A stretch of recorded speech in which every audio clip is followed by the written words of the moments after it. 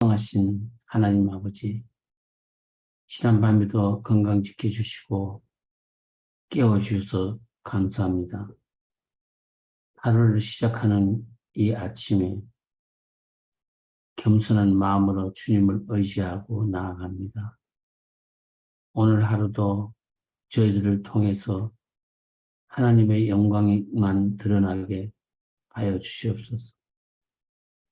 이 세상의 가치가 아닌 왕의 자녀답게 세상을 믿음으로 통치하며 담대함을 덧입혀 주시옵고, 오늘도 예수님을 위하여 예수님과 함께 살아가는 하루가 되게 하여 주시옵소서. 오늘도 주님께서 만나게 하시는 사람마다 주님의 향기가 전해지게 하여 주시고 나타나게 하여 주시옵소서. 아멘. 내 마음 중심에 계신 하나님을 바라보며 하나님의 숨결을 느끼게 하시고 지혜와 결단도 허락하여 주시옵소서. 아멘. 특별히 수술을 마치고 회복 중인 노영자 지사님에게도 주님께서 위로하여 주시옵고, 이번 안식일에는 저희들과 반가운 얼굴로 같이 예배를 드릴 수 있게 하여 주시옵기를 간절히 빕니다. 아멘. 이상철 목사님, 최영복 목사님도 건강을 회복시켜 주시기를 원합니다. 아멘.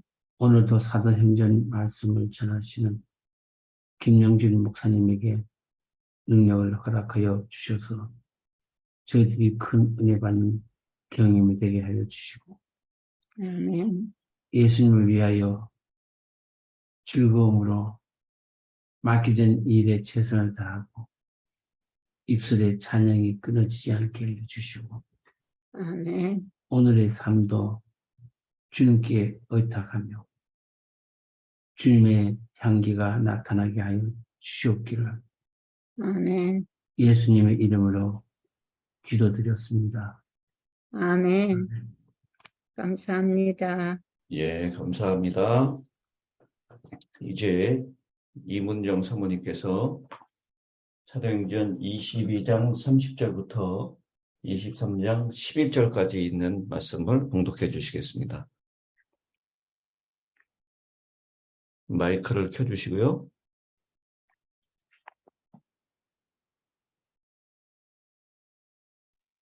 예, 됐습니다.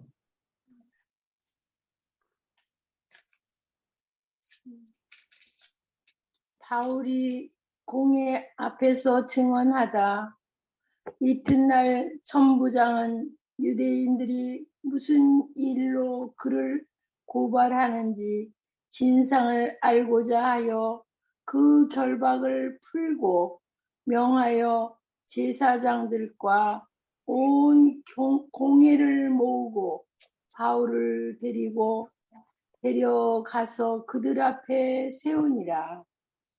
바울이 공회를 주목하여 이르되, 여러분 형제들아, 오늘까지 나는 범사의 양심을 따라 하나님을 섬겼노라 하거늘 대제사장 아나니아가 바울 곁에 서 있는 사람들에게서 그 입을 치라 명하니, 바울이 이르되, 회칠한 담이여, 하나님이 너를 치시리로다. 네가 나를 율법대로 심판한다고 앉아서 율법을 어기고 나를 치라 하느냐 하니, 곁에 선 사람들이 말하되, 하나님의 대제사장을 네가 욕하느냐? 바울이 이르되, 형제들아, 나는 그가 제사장인 줄 알지 못하였노라. 기록하였으되 너희 백성의 관리를 비방하지 말라 하였느니라 하더라.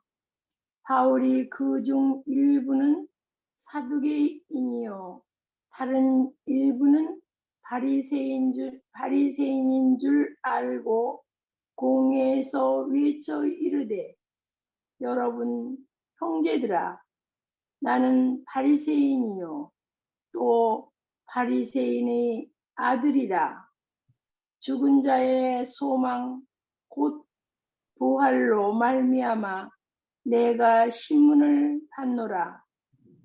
그 말을 한즉 바리새인과 사두개인 사이에 다툼이 생겨 무리가 나누어지니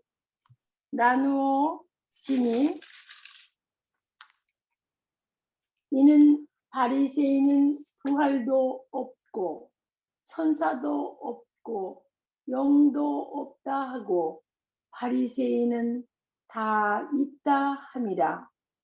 크게 떠들세 바리새인 편에서 몇 서기관이 일어나 다투어 이르되 우리가 이 사람을 보니 악한 것이 없도다.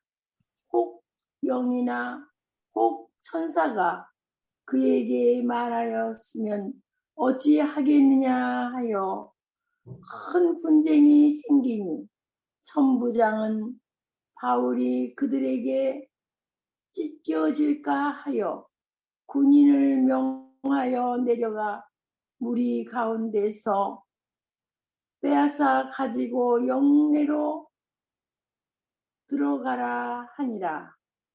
그날 밤에 주께서 바울 곁에 서서 이르시되 담대하라. 내가 예루살렘에서 나의 일을 증언한 것 같이 로마에서도 증언하여야 하리라 하시니라. 아멘. 아멘. 예, 감사합니다. 감사합니다. 바울이 로마 시민인 것을 알고 이 천부장은 이 바울이 도대체 무슨 문제로 유대인들에게 그렇게 죽을 듯이 저항을 받고 바울의 죄가 실상이 무엇인지를 파악하기 위해서 이 종교적인 문제인 것을 알고 공회에 세우기로 결정을 합니다. 그래서 22장 30절에 보면 이튿날 천부장은 유대인들이 무슨 일로 그를 고발하는지 진상을 알고자 하여 그 결박을 풀고 명하여 제사장들과 온 공회를 모으고 바울을 데리고 내려가서 그들 앞에 세우니라. 로마 시민이 있기 때문에 이 바울을 그대로 채찍에 때릴 수도 결박할 수도 없었습니다. 진상을 알기 위해서 사내들인 공회를 소집하는 장면입니다. 이제 공회 앞에서 바울은 주목하여 이르되, 여기 바울이 주목하여 이르다라고 하는 이 말씀은 눈을 고정시키다, 진지하게 바라보다라는 의미입니다. 누가는 진지하게 말하려는 사람의 얼굴 표정을 묘사하기 위해서 이 단어를 자주 사용했습니다. 여러분, 바울이 전에는 사울이었을 때 무슨 회원이었죠? 사내들인 회원이었습니다. 그러니까 지금 이 70명으로 구성되어 있는 사내들인 공회원의 회원이었어요. 근데 이제 약 25년이 지났습니다. 왜냐하면 바울이 예수님을 다메섹에서 만난 다음에 13년 가까이의 시간을 아라비아 광야에서 그리고 고향 다소로 내려가서 보냈다가 그 다음에 바나바에 의해서 픽업돼서 수리아 안디옥에서 함께 목회를 시작하죠. 그리고 1차 선교여행 2년, 2차 선교여행 3년, 그 다음에 3차 선교여행 5년. 그러니까 어느덧 시간은 25년이라는 시간이 흐른 것입니다. 25년 만에 공회로 사내들인 공회에 돌아와서 쓴 것입니다. 아마 그 회원들의 몇몇 구성원들은 많이 바뀌었을 것이지만 바울의 얼굴을 기억하는 사람들도 있었을 것입니다. 오늘 이 본문은 세 가지 단락으로 구성되는데요. 1절부터 5절까지는 바울과 대제사장 아나니아에 대해서 얘기를 하고 있고요.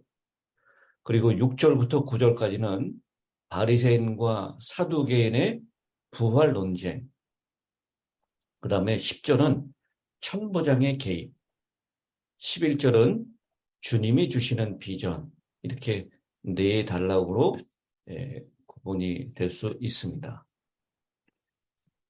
성경에 보면요, 주님께서 이 상황들을 잘 이렇게 인도하시고 묘사하셔서 그래서 고되고 힘든 인생이지만 잠시나마 활짝 웃을 수 있는 여유와 행복을 우리에게 주시는 모습을 보게 됩니다.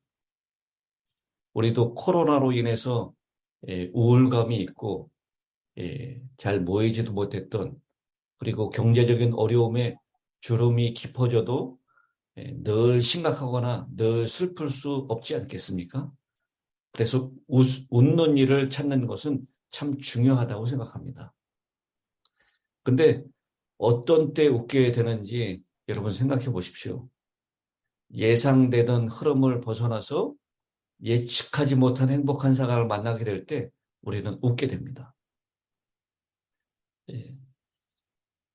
그 아들의 이름을 이삭, 웃음이라고 지었던 사람이 있죠. 창세기 21장 6절에 사라가 이르되 하나님이 나를 웃게 하시니 듣는 자가 다 나와 함께 웃으리라. 이 사라는 웃었습니다. 생리가 끊어지고 그리고 남편도 노쇠했는데, 근데 내년에 이맘때쯤 아들이 생길 것이다 라는 그 말씀을 듣자 그는 웃었다라고 얘기합니다. 사도행전 안에서도요, 이런 해학적인 요소들이 많이 등장하는데요. 오늘 본문이 그 중에 한 부분입니다. 이 본문의 상황은 아주 엄숙한 공회원 앞에서 바울이 증언해야 되는 긴장된 상황입니다. 곱지 않은 시선을 보내는 공회원들 앞에 선다는 것, 그것은 팽팽한 긴장을 깨고 매우 어설픈 부분들이 등장하므로 본문을 읽는 독자들에게 긴장감이 아니라 웃음을 짓게 만듭니다. 종교 지도자들은 아주 거만한 모습으로 바울을 신문하고 있습니다. 그러나 오늘 본문을 읽어가면서 우리는 결국 이 하나님께서 이 바울의 이 두려움과 또 큰 긴장감을 깨트리고 웃을 수 있는 여유를 주시는 모습을 우리가 발견하게 됩니다. 자, 그러면 바울의 1절, 23장 1절부터 있는 말씀을 좀 자세히 좀 살펴보도록 하겠습니다. 바울이 공회를 주목하여 이르되 여러분 형제들아, 오늘까지 나는 범사의 양심을 따라 하나님을 섬겼노라. 여기 양심이라고 번역된 이 표현은 더 정확하게 표현하면 선한 양심이라고 얘기할 수 있을 것입니다. 선한 양심을 따라 하나님을 섬겼다. 이 종교 지도자들 앞에서 전혀 눈치 보지 않고 담대하게 자신의 삶이 어땠는지를 고백하고 있는 것입니다.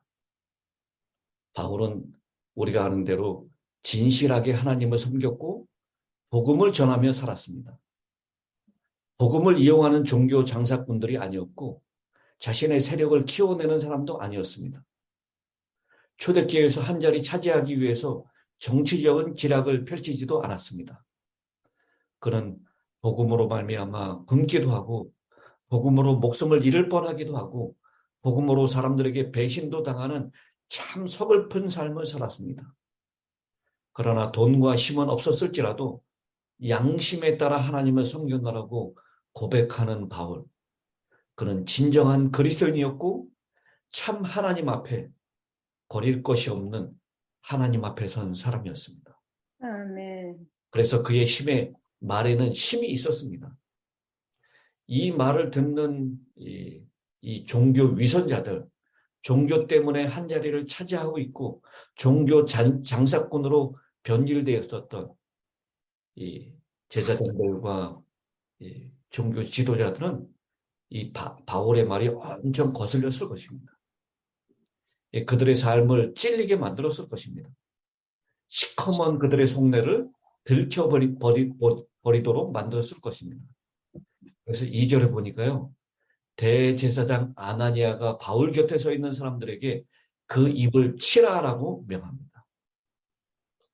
이 아나니아는 헤롯 안티파스 2세 때 대제사장이 되었고 친로마 정책을 펼치다가 훗날 열심당 헤롯당들에 의해서 암살된 사람입니다. 그런 성격이 난폭했고 사람을 잘 때렸으며 11조까지 탈취할 정도로 재물에 탐욕스러운 사람이었다라고 요세푸스는 그에 대해서 기록하고 있습니다. 그는 하나님을 도구하였고 종교로 밥을 빌어먹는 대제사장이었습니다. 그렇기 때문에 대제사장이라는 종교적 신분에도 불구하고 그는 거친 입으로 사람의 인격을 무시하고 하나님을 두려워하지 않았습니다. 공회원 중에서 가장 지위가 높다는 교만함에 사로잡혀서 바울의 진위를 확인해 보지도 않고 범사의 양심을 따라 하나님을 섬겼다라는 그 말씀만 듣고 그 입을 치라라고 그런 난폭하고 폭력적인 모습을 보여준 것입니다. 이 아나니아가 그렇게 갑자기 그렇게 그런 행동과 언행을 보인 것은 아닐 것입니다. 누가복음 6장 45절에 보면요. 선한 사람은 마음에 쌓은 선에서 선을 내고 악한 자는 그 쌓은 악에서 악을 내나니 이는 마음에 가득한 것을 입으로 말함이라 라고 했습니다. 주님은 선한 사람과 악한 사람은 지금까지 쌓아온 곳에서 판별된다라고 말씀하십니다. 이 사람이 갑자기 마음먹었다고 해서 변하지 않는다는 말입니다. 지금까지 무엇을 쌓아왔느냐? 지금까지 매일매일 매 순간을 어떻게 살아왔느냐로 사람이 결정되는 것입니다. 그래서 오늘이라고 하는 주어진 시간 동안에 내가 어떤 마음을 가지고 어떤 말과 행동을 하며 사는가라고 하는 것, 그것은 우리의 운명을 결정짓는 대단히 중요한 시간이다라는 것을 우리는 꼭 기억해야 할 것입니다. 그러자 바울이 3절에 이렇게 답변을 하죠. 바울이 이르되 회칠한다며 하나님이 너를 어떻게 하시리라? 회칠한다며 하나님이 너를 치시리로다. 네가 나를 율법대로 심판한다고 앉아서 율법을 어기고 나를 치라 하느냐. 아나니아의 말을 듣고 바울은 아나니아가 매우 천박한 사람이라고 생각했을지 모릅니다. 혹은 이 복장이나 위치에 따라서 그가 대제사장임을 알았으나 수준 낮은 언변의 모습을 보여주는 그런 말을 아마 바울은 예언과 같은 말을 했을 것입니다. 이 선고를 받은 이 아나니아는 아까 말씀드렸듯이 유대인 반란이 일어났을 때 셀로 땅에 의해서 암살을 당하게 됩니다. 정말 하나님이 그를 치셨습니다. 회칠한 당. 속으로는 그렇지 않은데 속에는 썩어가는 것이 가득한데 겉으로는 아주 아름다운 것처럼 보이는 위선적인 신앙, 형식적인 신앙, 그 모습을 바울은 경고하고 있는 것입니다. 그러자 4절에 곁에 선 사람들이 말하되 하나님의 대제사장을 네가 욕하느냐? 그러자 바울이 형제들아 나는 그가 대제사장인 줄 알지 못하였노라. 기록하였을 때 너희 백성의 관리를 비방하지 말라 하였느니라. 출애굽기 22장 28절에 있는 말씀을 인용하면서 하나님이 세우신 권위에 대해서 순종해야 될 것을 바울은 얘기를 하고 있습니다. 이 한마디를 통해서 아나니아의 인격, 그는 대제사장의 풍모와 화려한 외관과 권위를 가지고 있지만 그 속에는 폭력적이고 인정사정 없고 조급하고 교만함이 가득하다라는 것을 보여주고 있고요.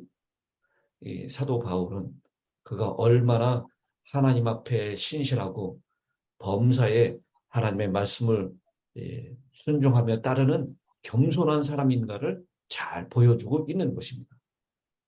결국 말 한마디가 그 사람의 인격을 그대로 드러낸다라고 하는 것을 확인시켜주는 장면입니다. 이제 6절부터 아주 재미난 일이 일어납니다. 바울이 그중 일부는 사두개인이요 다른 일부는 바리새인 줄 알고 공회에서 외쳐 이르되 여러분 형제들아 나는 바리새인이요 또 바리새인의 아들이라. 죽은 자의 소망 곧 부활로 말미암아 내가 신문을 받노라. 70명으로 이루어진 공회는 유대인들의 최고 법원의 기능을 했습니다. 근데 그 구성원은 바리새인들과 사두개인이었어요. 이것을 너무나 잘 알고 있었던 바울은요. 이 부활의 문제를 화두로 꺼내서 얘기를 합니다. 내가 이렇게 된 것은 바로 죽은 자의 소망, 곧 부활로 말미암아 내가 신문을 받는 것이다 라고 그 말을 던지는 것이죠. 여러분, 이 부활이라고 하는 하나의 주제만으로 이 사내들인 공회원의 신앙이 얼마나 허상이고 그 조직 구성원이 야합에 불과한 것이다. 언제든지 무너질 수 있는 위태한 조합이었다라는 것을 한 번에 드러냅니다. 위선과 탐욕을 가리기 위해서 종교적인 허울을 덮어쓰긴 했지만 언제든지 드러날 수 있는 어설픈 허상은 우리를 웃음짓게 만듭니다. 오히려 권위로 포장한 그들의 화려함이 불쌍해 보이기까지도 합니다.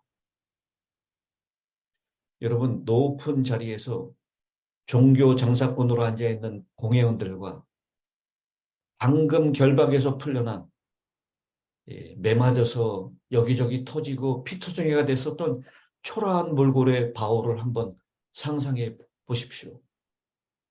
어느 쪽에 진정한 힘과 권세가 있다고 생각되십니까?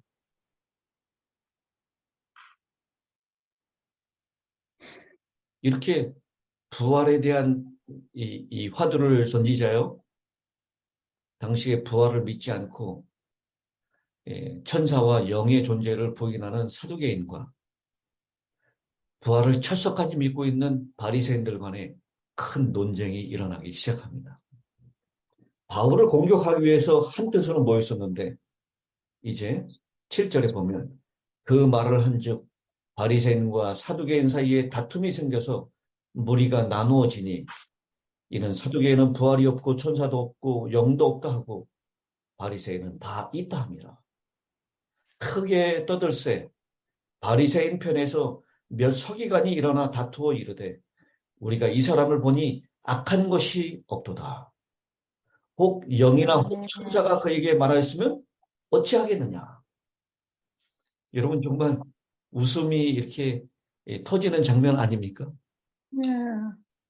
바울을 대적하기 위해서 한뜻으로 모였었는데 내가 부활 때문에 이 자리에 있다라면 이 바울을 변호하고 있는 이 바리새인들의 모습을 보게 됩니다. 지금 여러분 이 바울은 바리새파를 지지하기 위해서 이 말을 던진 것이 결코 아닙니다. 바리새인들도요 부활이 있다고 믿었지만 부활의 첫 열매에는 이 첫 열매인 예수 그리스도를 인정하고 받아들이지 않았습니다. 분명히 목격했어요.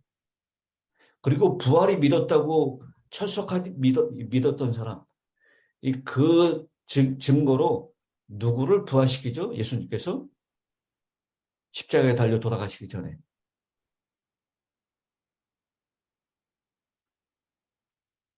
나사로를 부활시키잖아요. 아, 근데 나사로가 부활한 것을 분명히 알고 있으면서도요, 바리새인들은 예수를 죽이려고 했을 뿐만 아니라 누구까지 죽이기로 작정을 합니까? 예수님. 부활의 증거인 나사로까지 죽이려고 작정을 합니다.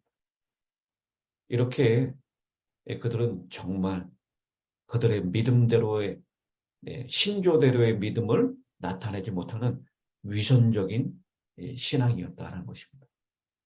그래서 바울이 부활의 화두를 꺼내서 사두개인과 바리새인을 싸움 붙이려고 한 것이 아니라 그것을 통해서 바리새인과 사두개인의 형식적이고 위선적인 신앙을 고발하려고 했던 것입니다.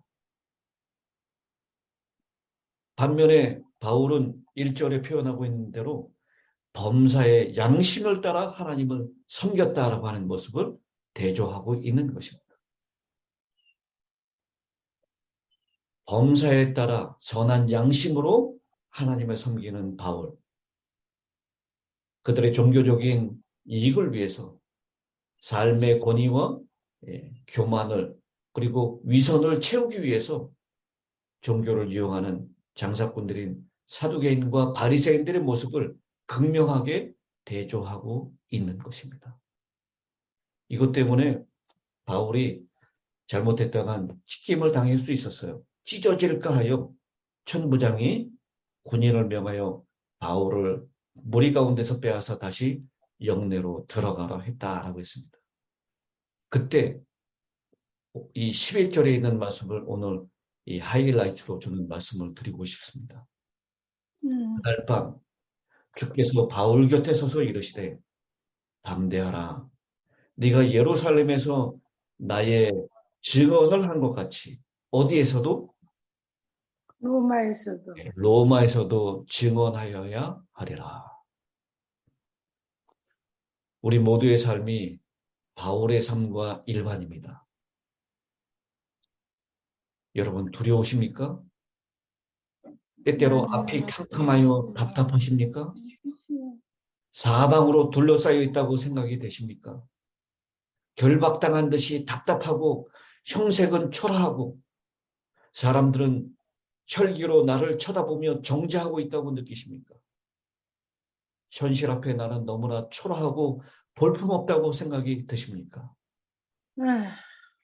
그러나 본문은 우리를 두렵게 만드는 그 실체가 무엇인지 분명히 보라고 말씀합니다. 그 상황을 보며 웃으라고 말씀합니다. 여러분, 우리를 두렵게 하는 그 사내들인의 공예의 실상은 정말 우습기 짝이 없는, 금방이면 분열되고 그들의 실체가 말 한마디 하대로 통도될 수 있는 그런 연약한 존재인 것을 기억하시게 되길 바랍니다. 아멘. 하나님은 그런 바울 곁에 여전히 계셨습니다. 그리고 바울에게 말씀하시고 바울에게 비전을 주셨습니다. 우리 주님께서 우리와 함께 하시고 계십니다. 바울은 로마로 가야 될 비전을 하나님께로부터 직접 듣게 됩니다. 비록 자유의 몸이 아니라 죄인의 몸으로 로마로 가지만, 그리고 로마로 가서 참수형을 당하지만, 당시에 로마 제국의 수도였던 로마로 가서 부활의 하나님, 그가 선한 양심으로 섬겼던 그 하나님을 증거할 수 있는 기회를 받게 되는 것입니다. 오늘 인간의 계획은 무너진다 할지라도 하나님의 계획은 이루어질 것이며, 인간은 아무리 캄캄하고 어두운 상황이라 할지라도 하나님은 그 상황을 역전시킬 수 있는 분임을 오늘 이 본문을 통해서 우리에게 확신을 주십니다. 그런 믿음으로 오늘 하루도 살아낼 수 있게 되기를 간절히 바랍니다. 아멘. 우리 노경훈 장로님 마이크를 켜시고요. 마지막 끝기도를 부탁드리겠습니다.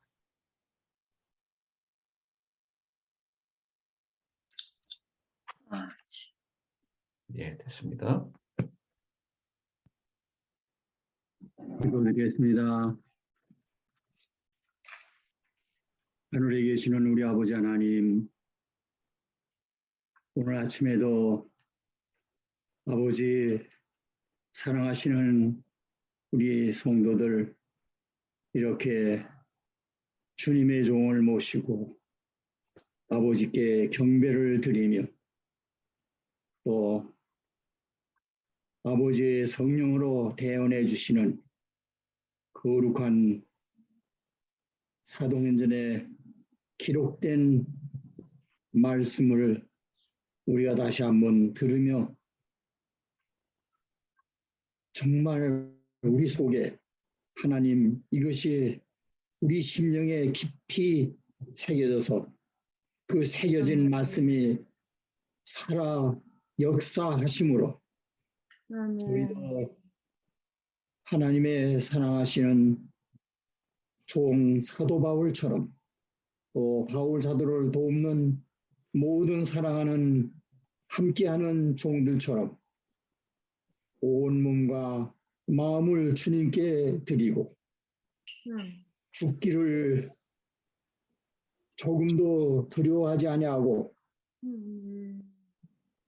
하나님을 위하여 복음과 함께 남은 생애를 바쳐 사는 사랑하는 성도들 되기를 참으로 오늘 말씀을 통하여 다시 한번 마음에 깊이 생각하고 한 번 죽을 각오로 주님을 위하여 살고 싶은 마음이 간절한 모든 이 자리에 계신 우리 성도님들 위해 주여 은혜와 은총과 긍휼을 베풀어 주시며 성령의 충만하신 은혜 함께하여 주셔서 우리의 생애를 끝까지 주님 오시는 그날까지 인도해 주시고 우리와 함께 하셔서 복음의 산 증인으로 사는 사랑하는 모든 성도들 되도록 축복하여 주시며 또 오늘 이 자리에 함께하지 못하시는 몸이 불편하신 성도들까지라도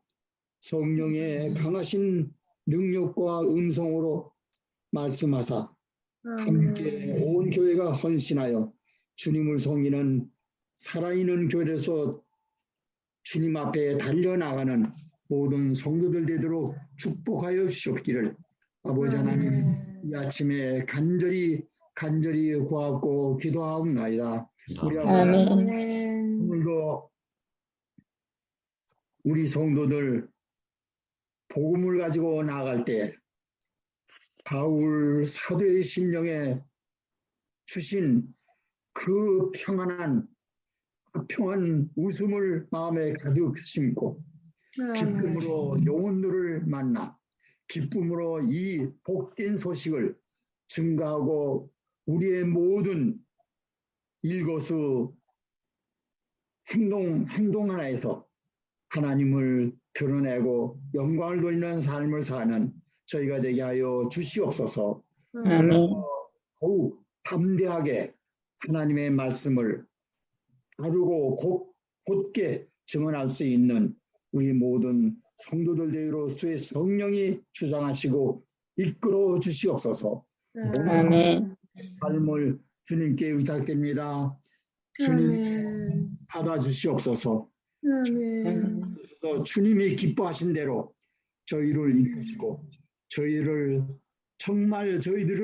부려주셔서 주님을 위하여 산다고 하는 이제 생각뿐 아니라 실제로 주님을 위하여 몸 바쳐 사는 이 자리에 계신 우리 모든 성도들 되도록 은혜와 은총 입혀 주시옵기를 간절히 기도하고 나옵나이다. 아멘.